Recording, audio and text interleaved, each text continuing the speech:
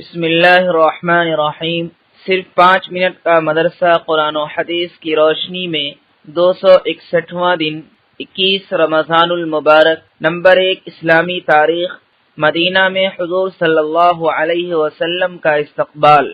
قباء میں 14 دن قیام فرما کر رسول اللہ صلی اللہ علیہ وسلم مدینہ طیبہ کے لیے روانہ ہو گئے۔ جب لوگوں کو آپ صلی اللہ علیہ وسلم کے تشریف لانے کا علم ہوا تو خوشی میں سب کے سب باہر نکل آئے اور سڑک کے کنارے کھڑے ہو گئے۔ سارا مدینہ اللہ اکبر کے نعروں سے گونج اٹھا۔ انصار کی بچیاں خوشی کے عالم میں یہ اشعار پڑھ رہی تھی: طلع البدر علینا من ثنیات الوداع وجب الشکر علینا ما دعا للہ داعی ایها المبعوث فینا جئت بالامر المطاع، یعنی ودا پہاڑ کی گھاٹیوں سے 14ویں کا چاند نکل آیا ہے، لہذا جب تک دنیا میں اللہ کے لیے دعوت دینے والا باقی رہے گا اس کا شکر ہم پر واجب رہے گا۔ بنو نجار کی لڑکیاں دف بجا بجا کر گا رہی تھی: نحن جوار من بنی النجار یا حبذا محمدا من جاری۔ ترجمہ: ہم خاندان نجار کی لڑکیاں ہیں، محمد صلی اللہ علیہ وسلم کیا ہی اچھے پڑوسی ہوں گے۔ حضرت انس بن مالک رضی اللہ عنہ فرماتے ہیں کہ میں نے کوئی دن اس سے زیادہ حسین اور روشن نہیں دیکھا جس دن حضور صلی اللہ علیہ وسلم ہمارے یہاں یعنی مدینہ تشریف لائے۔ نمبر 2 اللہ کی قدرت۔ پتھروں میں اللہ کی نشانی۔ اللہ تعالیٰ کی بنائی ہوئی یہ کائنات بڑی رنگ برنگی ہے۔ ہر چیز کو اللہ تعالیٰ نے ایک انوکھا رنگ دیا ہے جس سے اس کی خوبصورتی اور پہچان ہوتی ہے، یہاں تک کہ اللہ تعالیٰ نے پتھروں کو بھی ایک ایسا رنگ اور چمک عطا کی ہے جس میں کالے، لال، ہرے اور سفید قسم قسم کے پتھر پیدا کیے ہیں جس کو ہم مختلف طرح سے استعمال کرتے ہیں۔ ذرا غور کیجئے، یہ کس کی کاریگری ہے؟ زمین کے نیچے چھپی ہوئی ان پتھروں کی چٹانوں کو یہ رنگ، یہ چمک اور یہ خوبصورتی کس نے دی ہے؟ یقیناً یہ اللہ کی قدرت ہے جس نے یہ رنگ بھری کائنات بنائی ہے۔ نمبر 3 ایک فرض کے بارے میں، عورتوں پر روزوں کی قضا کرنا۔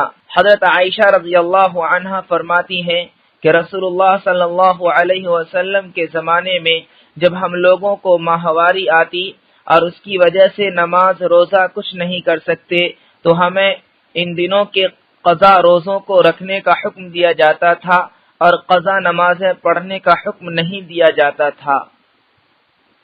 نمبر 4 ایک سنت کے بارے میں، عطر لگانا سنت ہے۔ حضرت عائشہ رضی اللہ عنہا سے معلوم کیا گیا کہ رسول اللہ صلی اللہ علیہ وسلم عطر لگایا کرتے تھے۔ انہوں نے فرمایا ہاں، مشک وغیرہ کی عمدہ خوشبو لگایا کرتے تھے۔ نمبر 5 ایک اہم عمل کی فضیلت، لیلۃ القدر میں عبادت کرنا۔ رسول اللہ صلی اللہ علیہ وسلم نے فرمایا جو شخص لیلۃ القدر میں ایمان اور ثواب کی نیت سے عبادت کے لیے کھڑا ہوگا تو اس کے اگلے سارے گناہ معاف کر دیے جائیں گے۔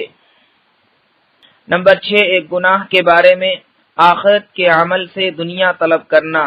رسول اللہ صلی اللہ علیہ وسلم نے فرمایا جو شخص آخرت کے کسی عمل سے دنیا چاہتا ہے اس کے چہرے پر پھٹکار ہوتی ہے، اس کا ذکر مٹا دیا جاتا ہے اور اس کا نام دوزخ میں لکھ دیا جاتا ہے۔ نمبر 7 دنیا کے بارے میں، استغنا انسان کو محبوب بنا دیتا ہے۔ ایک شخص نے رسول اللہ صلی اللہ علیہ وسلم سے عرض کیا: اے اللہ کے رسول صلی اللہ علیہ وسلم، مجھے کوئی ایسا عمل بتا دیجئے جس کو میں کروں تاکہ اللہ اور لوگ مجھ سے محبت کرنے لگیں۔ تو رسول اللہ صلی اللہ علیہ وسلم نے فرمایا دنیا سے منہ موڑ لو تو اللہ تم سے محبت کرنے لگے گا، اور جو لوگوں کے پاس ہے یعنی مال و دولت اس سے بے رخی اختیار کر لو تو لوگ تم سے محبت کرنے لگیں گے۔ نمبر 8 آخرت کے بارے میں، اہل جہنم کی فریاد۔